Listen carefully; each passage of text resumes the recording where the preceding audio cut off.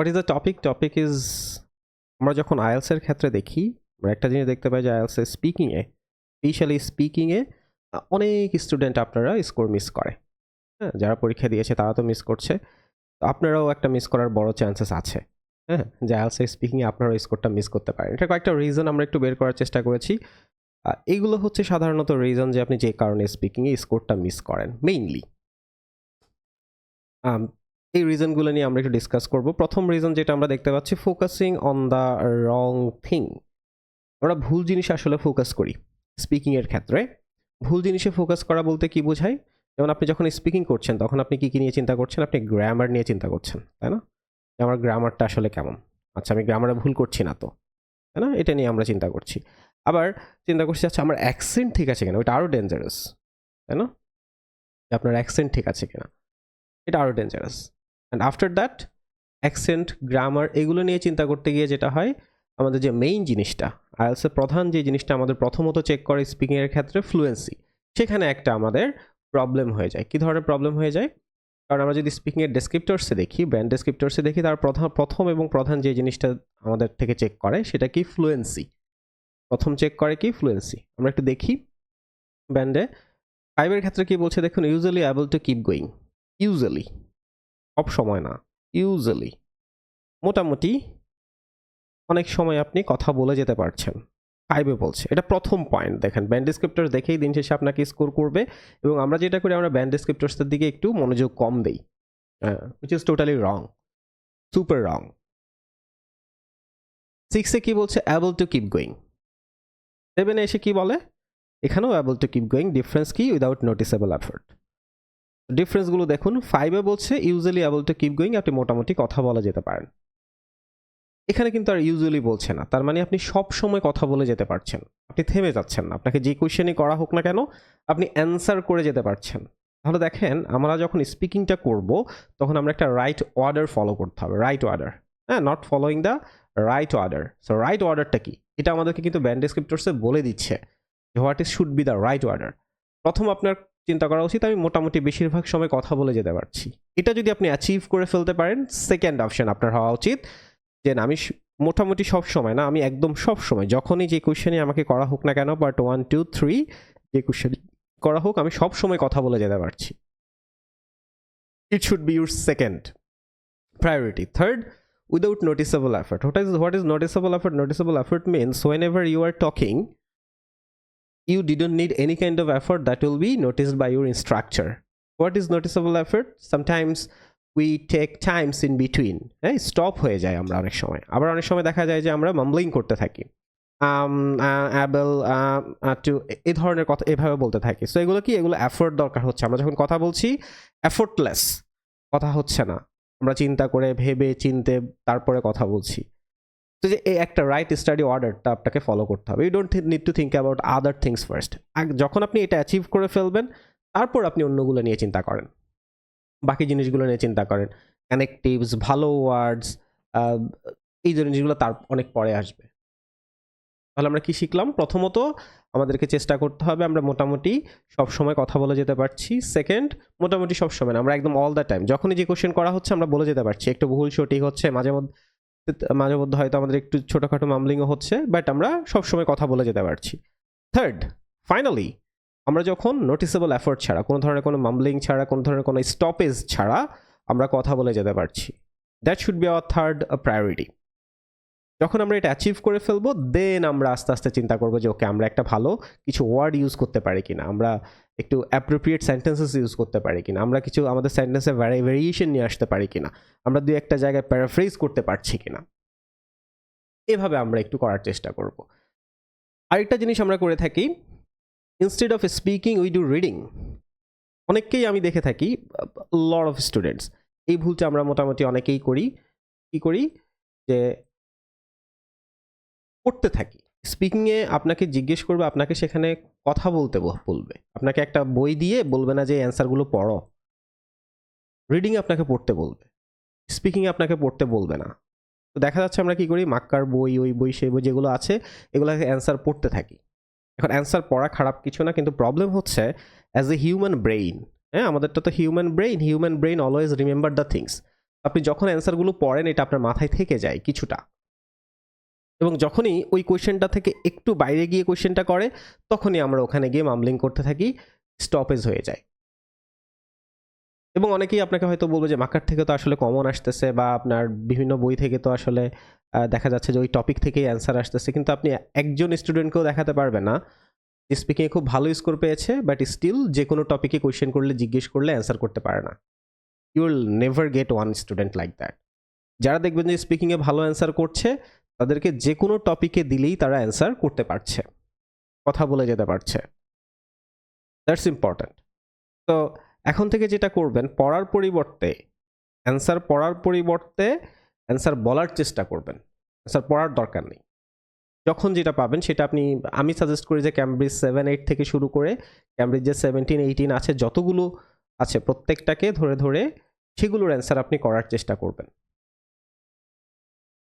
এখন আপনি তো অ্যান্সার করছেন, অ্যান্সার করার পর আরেকটা জিনিস খুব ইম্পর্টেন্ট, সেটা হচ্ছে ইভ্যালুয়েশন। আপনি আসলে কি করছেন, কারণ ইভ্যালুয়েশন যদি আপনি না করেন তাহলে আপনি ভালো করতে পারবেন। এই যে আমি আপনাদের যখনই উইকলি, মাঝে মধ্যে উইকলি কয়েকদিন আপনাদেরকে স্পিকিংয়ে বিভিন্ন কোয়েশ্চেন জিজ্ঞেস করি, কেন? যাতে করে আপনাদের একটা রিয়েল টাইম এক্সাম্পল, আপনাদের রিয়েল টাইম এক্সপিরিয়েন্স হয়। এছাড়াও আপনি বাসায় বসেও করতে পারেন। কীভাবে? আপনি যখনই যে অ্যান্সারটা করবেন সেটাকে রেকর্ড করেন, নিজের ফোনে রেকর্ড করেন। ভিডিও রেকর্ড করার দরকার নেই, এমনিতেই রেকর্ড করেন। রেকর্ড করে সেটা শুনেন, লিসেন টু ইট। কি চেক করবেন? শুনে কি চেক করবেন? এই যে এই জিনিসগুলো চেক করবেন। নাম্বার 1, যে আমি কোন সেকশনে আছি, আমি কি ইউজুয়ালি কথা বলে যেতে পারছি? প্রথমে এই জায়গাটা ফেস করি। এটা যদি আমি করতে পারি দেন আমি এখানে একটু চেষ্টা করি যে না, আমি 2-1টা কোয়েশ্চেন হয়তো থেমে যাচ্ছি, তার মানে আমাকে এখন ফোকাস করতে হবে এখানে, এই জায়গাটা ইমপ্রুভ করতে হবে। আমি সবসময় কথা বলে যেতে পারছি। এটা যখন অ্যাচিভ করে ফেলবেন দেন এই জায়গাটা আসবো যে না, আমি তো দেখি তো আমার কোনো জায়গায় মামলিং হচ্ছে কিনা, আমি কোনো জায়গায় থেমে যাচ্ছি কিনা। হ্যাঁ, তারপর আপনি এটা অ্যাচিভ করার চেষ্টা করবেন। তো ইন দ্যাট ওয়ে আপনি নিজেকে নিজেই ইভ্যালুয়েশন আসলে করতে পারেন। But still talking in front of a teacher is very important, কারণ আপনাদের অনেকেই দেখি আপনারা নিজেরা যখন করেন তখন হয়তো ভালো বলেন, আমি যখন জিজ্ঞেস করি তখন আর ভালো বলতে পারেন না। আমার সামনে যদি ভালো না বলতে পারেন তাহলে পরীক্ষার হলে গিয়ে ভালো বলবেন কিভাবে? ওকে, নেক্সট এটা নিয়ে একটু পরে কথা বলি। Intention to answer bookish way. আমাদের একটা ইন্টেনশন থাকে যে আমরা বইয়ের মতো করে সুন্দর করে গুছানো অ্যান্সার দিব। কিসের মতো করে? অনেকটা রাইটিংয়ের মতো করে আমরা অ্যান্সার দিব। রাইটিং আর speaking is not the same. রাইটিংয়ের মতো করে তারা যদি অ্যান্সার চাইতো তাহলে স্পিকিংটা সবার জন্য সেম হতো না। রাইটিংয়ে যেমন একাডেমিক এবং জেনারেল ট্রেনিংয়ের জন্য ডিফারেন্সেস আছে, স্পিকিংয়ের জন্য কিন্তু কোনো ডিফারেন্স নেই, same for all. So you can understand speaking is not a very academic test. স্পিকিংটা খুব বেশি একাডেমিক টেস্ট না। আপনি যখন স্পিকিং পরীক্ষা দিতে যাবেন তখন টিচার জিজ্ঞেসও করবেন আপনি একাডেমিক নাকি general training, what is it? Teacher will not ask you that. So you can really use some unacademic words too, no problem with that. ঠিক আছে, এগুলো আমাদের একটু মাথায় রাখতে হবে যে বুকিশ ওয়েতে অ্যান্সার দেওয়ার দরকার নেই। হ্যাঁ, আমাদের আরেকটা ইন্টেনশন আছে মিথ্যা বলার। দেখুন, as a human being, how long you can tell a lie? How long? Not long. অনেকক্ষণ ধরে মিথ্যা কথা বলতে পারবেন না, তাই না? It's better to relate yourself. আপনাকে কোনো পার্টি এমন কোনো কোয়েশ্চেন করা হবে না যেটা সম্পর্কে আপনি জীবনে কখনো শুনেননি, নেভার এভার। পার্ট 1 আপনাকে এমন কোনো কোয়েশ্চেন করা হবে না যেটা আপনার সাথে রিলেটেড না। All the question will be asked related to you. সকল কোয়েশ্চেন আপনাকে জিজ্ঞেস করা হবে আপনার সাথে রিলেট করে। পার্ট 2তেও সেম, এমন একটা টপিকে জিজ্ঞেস করা হবে যেটা আসলেই আপনি এক্সপিরিয়েন্স করেছেন। আপনাকে এমন কোনো কিছু জিজ্ঞেস করবে না যেটা আপনি এক্সপিরিয়েন্স করেননি। প্রবলেম ইজ আমরা নিজেদের সাথে রিলেট করার ট্রাই করি না। ইভেন পার্ট 3তেও এমন কোনো কোয়েশ্চেন করা হবে না যেটা আপনি জীবনে কখনো শুনেননি। হ্যাঁ, এটা হতে পারে এই ব্যাপারটা আপনি কথা বলেননি, that's the test.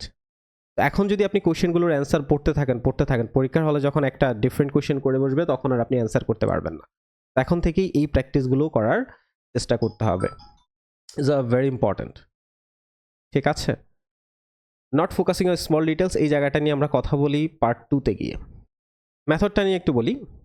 Part 1, so part 1 আপনাকে একদম ডিরেক্ট কোয়েশ্চেন জিজ্ঞেস করা হয়, what do you like, specially the things you like. What kind of food do you like? What kind of music do you like?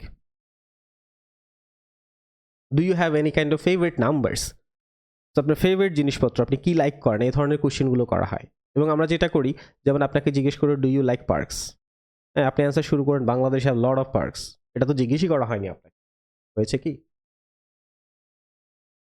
আপনাকে জিজ্ঞেস করা হয়েছে do you like parks, আপনি যদি লাইক করেন আপনি অ্যান্সার শুরু করেন যে yes I do love parks. তারপর আপনি এটাকে একটু রিজনস প্রোভাইড করেন কেন লাইক করেন, because that is the only place where I can go and refreshen myself. এরপরও যদি আপনি আরেকটা এক্সট্রা ইনফরমেশন অ্যাড করতে পারেন, there is a park just beside my home, I use to go there or I generally go there every weekend and play with the children, done. এর বিষয়ে আপনার answer চাইনি ওরা। পার্ট ওয়ানে সবসময় direct answer প্রথমে নিয়ে আসবো, এরপর আমরা একটা দুইটা বা দুই তিনটা সেন্টেন্সে অ্যান্সারটা শেষ করে ফেলবো। পার্ট টু, পার্ট টুতে জানি যে আমরা পার্ট টুতে কী থাকে, কয়েকটা কোশ্চেন দেওয়া থাকে। তো এই কোশ্চেনগুলোতে যেটা হয়, এই কোশ্চেনগুলোর উপর আপনারা এতটা মনোযোগ প্রোভাইড করেন এবং এই কোশ্চেনটার উপর একটা জিনিস লেখা থাকে ইউ শুড সে, মাস্ট বলা থাকে না, ইউ শুড সে। ওরা যদি চাইতে আপনি প্রত্যেকটা কোশ্চেনে মাস্ট অ্যান্সার করেন তাহলে ওরা মাস্ট বলে দিত, আইএলস হিডেন কিছু রাখে না, যেটা বলেনি তারপরেও আমাকে মনে হয় এটা করতে হবে, ধরে নেওয়ার কিছু নেই, বি শিওর অ্যাবাউট ইট। তো কোশ্চেনগুলোর উপর আমরা অনেক বেশি এত মনোযোগ দিই কারণ কোশ্চেনগুলো এত ডিরেক্ট থাকে, ওই কোশ্চেনগুলোর অ্যান্সার 30 সেকেন্ডসে শেষ হয়ে যায় পার্ট টুতে যখন অ্যান্সার করি। এরপর আমাদের আর বলার কিছু থাকে না, এরপরও মোটামুটি টেনে টুনে 1 মিনিট পর্যন্ত বলি, এরপরে নেই, ড্রাই, আর রিপিট হচ্ছে অথবা সেম জিনিস আবার বলছি অথবা আর বলতেই পারছি না। রেদার যেটা করা উচিত, যে টপিকটা নিয়ে জিজ্ঞেস করেছে সেই টপিকটা সব কিছু নিয়ে আপনি আইডিয়া নেওয়ার চেষ্টা করেন। যেমন আপনাকে যদি জিজ্ঞেস করা হয় about for suppose electronic equipments at your home, talk about the electronic equipments at your home that you just bought, first আপনি ফ্রিজ নিয়ে কথা বলবেন ফার্স্টে। এখন ওরা 4টা কোশ্চেন দিয়ে দিবে, ওই কোশ্চেনগুলো নিয়ে চিন্তা করতে গেলে আপনার ওই কোশ্চেনগুলোর উপর এত বেশি ফোকাসড হয়ে যাবেন যে বাকি অ্যান্সার করতে পারবেন। কিন্তু আপনি চিন্তা করেন আপনি যদি শুধু ফ্রিজটার দিকে মনোযোগ দেন তাহলে আপনি অনেক কিছু নিয়ে কথা বলতে পারবেন, ফ্রিজের কালার নিয়ে কথা বলতে পারবেন, ডাইমেনশনস নিয়ে কথা বলতে পারবেন, ফ্রিজটা কেমন, ফ্রিজের ইনসাইড ইন্টেরিয়র নিয়ে কথা বলতে পারবেন। প্রত্যেকটা ফ্রিজের ইন্টেরিয়র কি সেম বলেন, সেম প্রত্যেকটা ফ্রিজের ইন্টেরিয়র, ইয়েস অর নো?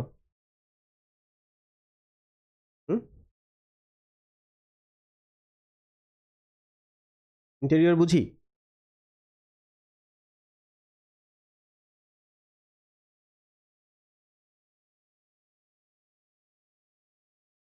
দুজন আসেন মেখে, দুজন আসেন, হ্যাঁ একজনের বাসায় ফ্রিজ হচ্ছে রেড কালার, আরেকজনের বাসায়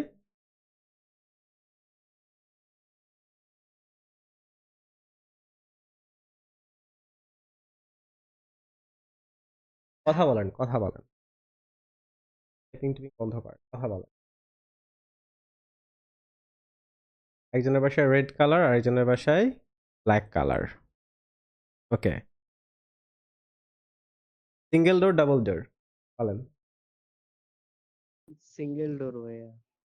সিঙ্গেল ডোর, ব্ল্যাক কালার আপনার,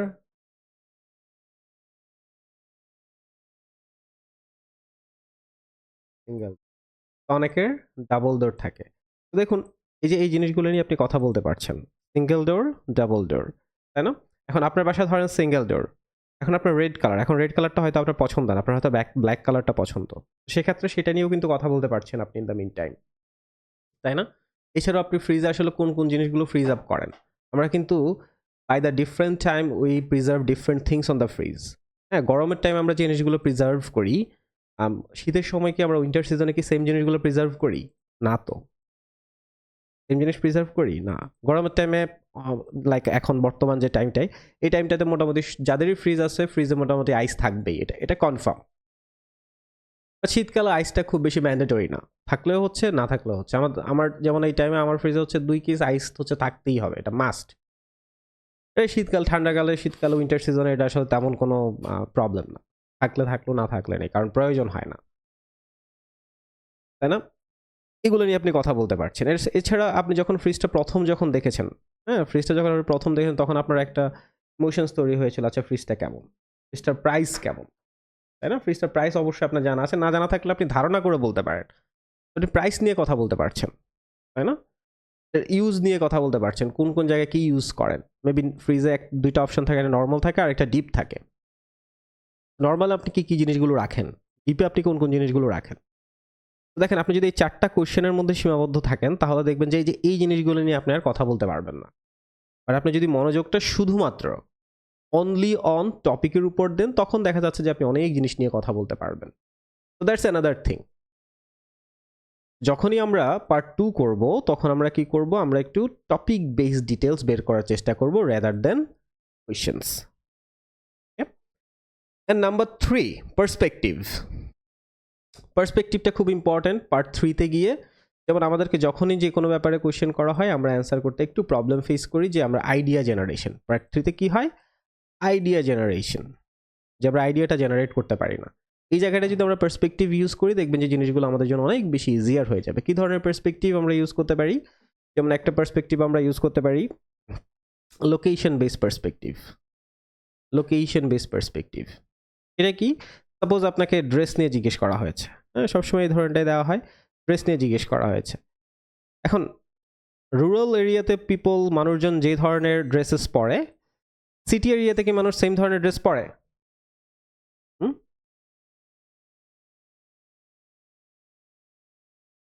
সেম ধরনের ড্রেস পরে না, ডিফারেন্ট ড্রেস পরে, তাই না? ডিফারেন্ট ড্রেস পরে। আবার দেখুন আমাদের কান্ট্রিজতে, আওয়ার কান্ট্রিজ, একটা হচ্ছে আওয়ার কান্ট্রিজ, আমাদের দেশে মানুষজন যে ধরনের ড্রেস পরে, ওয়েস্টার্ন কান্ট্রিতে কি মানুষ সে ধরনের ড্রেস পরে না, তো ডিফারেন্ট ড্রেস পরে, ডিফারেন্ট ড্রেস পরে। দেখেন আপনি যখন ড্রেস নিয়ে জিজ্ঞেস করা হয় আপনার মাথায় চলে আসে যে আমি বলবো হচ্ছে পাঞ্জাবি আর সালোয়ার কামিজ, শেষ, ম্যাক্সিমাম লুঙ্গি, যেটা এখন অনেকে পড়ে না। তো কিন্তু আপনি যদি পার্সপেক্টিভে যদি নিয়ে যান তখন আপনি অনেক জিনিস বলতে পারেন, রুরালে কি ধরনের পড়ছে, সিটিতে আমাদের দেশে কেমন পড়ছে, ওয়েস্টার্ন কান্ট্রিতে কেমন পড়ছে। এছাড়াও আবার আপনি আরেকটা পার্সপেক্টিভ করতে পারেন, সেটা হচ্ছে জেনারেশন বেসড পার্সপেক্টিভ। জেনারেশন কেমন, যেমন কিডস, অ্যান্ড দেন আরেকটা জিনিস হতে পারে young people, and then older people. একটা জিনিসকে একটা বাচ্চা যেভাবে অ্যাপ্রোচ করে, একটা ইয়াং পিপলকে সেভাবে অ্যাপ্রোচ করে না, তো ওল্ডার পিপলকে সেমভাবে অ্যাপ্রোচ করে না, ডিফারেন্ট। একটা বাচ্চা যে ধরনের ড্রেস পরে, ইয়াং পিপল ডিফারেন্ট ধরনের ড্রেস পরে, ওল্ডাররা আর অন্য ডিফারেন্ট ধরনের ড্রেস পরে। শুধু ড্রেস না, আপনি যদি চিন্তা করেন, যেমন আপনি ট্রাফিক জ্যাম নিয়ে জিজ্ঞেস করছে যে what kind of problems people face about the traffic jam, for the traffic situation in your city area, যে কোন ধরনের প্রবলেম আসলে ফেস করে। সো এখানে তো ওরা সিটি এরিয়া বলে দিচ্ছে, সো আপনি লোকেশন বেসড পার্সপেক্টিভ ইউজ করতে পারছেন না, তাহলে আপনি কি পার্সপেক্টিভ ইউজ করতে পারেন, এখানে আপনি জেনারেশন বেসড পার্সপেক্টিভ ইউজ করেন। কারণ বাচ্চারা ট্রাফিক জ্যামের ক্ষেত্রে অনেক বেশি প্রবলেম ফেস করে, because they don't have the patience. On the other hand young people দেখা যাচ্ছে ট্রাফিক জ্যামের ক্ষেত্রে সেই ধরনের প্রবলেম ফেস করে না, because most of the young people in our city areas, they generally use the bike, so they kind of get rid of that a little bit, at least more than others. For the older people, they generally get sick, so they also face the problem severely. তো দেখেন আপনি যখন perspective base করে ফেলবেন তখন আপনার জন্য easier হয়ে যাবে। এভাবে অনেকগুলো পার্সপেক্টিভ আছে, নিজেও ক্রিয়েট করতে পারেন, ঠিক আছে। জেন্ডার বেস পার্সপেক্টিভ ইউজ করতে পারেন। একটা জিনিস যেভাবে একটা মেইলের জন্য কাজ করে ফিমেলের জন্য সেমভাবে কাজ করে না, রাইট? আপনি এখন রাতের বেলা যে কোনো সময় আপনি হুট করে একটা ফ্রেন্ডের সাথে গিয়ে আড্ডা মারতে পারবেন, একটা মেয়ে কি পারবে? বাংলাদেশের পার্সপেক্টিভে পারবে না, তো ইটস নট পসিবল, রাইট? আপনি একটা বাসে যেভাবে আপনি উঠে যেতে পারবেন, যেভাবে আপনি অ্যাক্সেস করতে পারবেন, একটা ফিমেল কি সেভাবে পারবে? কিন্তু বাংলাদেশের পার্সপেক্টিভে পারবে না। আপনি যেইভাবে যে ড্রেস পরে আপনি নিচে যেতে পারবেন, একটা ফিমেল কি সেটা পারবে? Not really, right? তো এভাবে যদি পার্সপেক্টিভে ডিভাইড করে ফেলতে পারেন তখন দেখবেন যে আপনার জন্য স্পিকিংটা আরও অনেক বেশি ইজিয়ার হয়ে যাবে। তো যে জিনিসগুলো নিয়ে বলছিলাম এগুলো যদি আপনি একটু ফোকাস করেন তখন দেখবেন যে আপনার জন্য স্পিকিংয়ে ভালো করাটা ইজিয়ার হয়ে যাবে। এখন থেকে যখনই স্পিকিং করবেন প্রথমত ভাই স্পিকিং করবেন, স্পিকিং প্র্যাকটিস করবেন, রিডিং না, রাইটিং না, and don't focus on the wrong thing. ভুল জিনিসে ফোকাস করবেন না, যে বসে বসে লিখছেন, ওয়ার্ড শিখছেন, নিজের ফ্লুয়েন্সি বাদ দিয়ে হচ্ছে আমার গ্রামার ঠিক আছে কিনা। আপনি তো কথা বলতে পারতে হবে আগে, তারপরে না সে প্রথমে আপনি দেখতে হবে যে আমি কথা বলতে পারছি কিনা। আচ্ছা আপনি ভালোভাবে কথা বলতে পারছেন, কোনো কোশ্চেন আটকাচ্ছেন না, একদম ফ্লুয়েন্টলি বলে যাচ্ছেন, দেন আপনি চেষ্টা করেন যে আচ্ছা আমি দেখি তো একটু অ্যাকুরেটলি বলতে পারি কিনা, একটু ভালো ওয়ার্ড ইউজ করতে পারি কিনা, ভালো সেন্টেন্স ইউজ করতে পারি কিনা, কিছু কানেক্টিভস ইউজ করতে পারি না, এগুলো আসবে পরে। ফার্স্ট ফ্লুয়েন্টলি বলে যেতে পারতে হবে, অ্যান্ড দেন 2 মিনিটস প্র্যাকটিস, এটা খুব ইম্পর্ট্যান্ট। আইএলটিএস স্পিকিংয়ে পার্ট 1 এর ক্ষেত্রে যদি আমরা চিন্তা করি, পার্ট 1 এ আপনাকে ডিরেক্ট কোয়েশ্চেন করা হয়, you never speak more than 20 seconds. You don't need that, in around 20 seconds আপনি অ্যান্সার করতে পারছেন, ডিরেক্ট অ্যান্সার, দেন 2 থেকে 3টা সেন্টেন্স, ডান। 20-25 সেকেন্ডস আপনার অ্যান্সার হয়ে যায়। পার্ট 3 তে যদি চলে যাই, সেখানে একটু ডেসক্রিপটিভ অ্যান্সার্স, তাও আমরা ইন অ্যারাউন্ড 40 সেকেন্ডসের বেশি কথা বলার দরকার হয় না, obviously based on the knowledge you have about the question and the topic they have asked you. সেটা 30, 40, 45, 50 সেকেন্ডের মতো অ্যান্সার হতে পারে। পার্ট 2 তে গিয়ে টিচার আপনাকে ইন অ্যারাউন্ড 100 সেকেন্ডসে এমনিতেই থামিয়ে দিবে। আপনাকে স্পিকিংয়ের কোনো পার্টেই you never need to speak more than 2 minutes, never and ever. একটা স্টুডেন্ট ধরেন, অনেকে আপনারা জিজ্ঞেস করেন যে আমি স্পিকিং কত ঘন্টা প্র্যাকটিস করবো, কত ঘন্টাটা ইম্পর্টেন্ট না এখানে, আপনাকে যেটা জাজ করতে হবে আমি 2 মিনিট যে কোনো কিছুর উপর কথা বলতে পারে কিনা। একটা স্টুডেন্ট ধরেন 8-10 মিনিট কথা বলতে পারে, কিন্তু সে 2 মিনিটই ফ্লুয়েন্টলি বলতে পারে না। একটা স্টুডেন্ট সে এতক্ষণ কথা বলতে পারে না, বাট সে একটা জিনিস অ্যাচিভ করে ফেলেছে, সে 2 মিনিট ফ্লুয়েন্টলি কথা বলে যেতে পারে যে কোনো টপিকে। Who have the better opportunity to get the good score in IELTS speaking? Obviously this student. Whenever you speak, whenever you are trying to practice speaking, your goal is to speak for 2 minutes about anything. Whenever we see something on the Facebook, maybe you're scrolling down, হ্যাঁ, আপনি হয়তো scroll করছেন, কোনো একটা profile picture কেউ change করেছে, you always have the opinion about it, maybe in your inside, but you don't speak out loud about that. তো কথা বলতে হবে। এখন থেকে যেটা চেষ্টা করবো যে 2 মিনিট আমরা যে কোনো টপিকের উপরে যাতে কথা বলে যেতে পারি, এবং সেটা ফ্লুয়েন্টলি। তাহলে দেখবেন যে স্পিকিংয়ে আপনি কখনো স্টপ হয়ে যাবেন না, কখনো থেমে যাবেন না। Very important.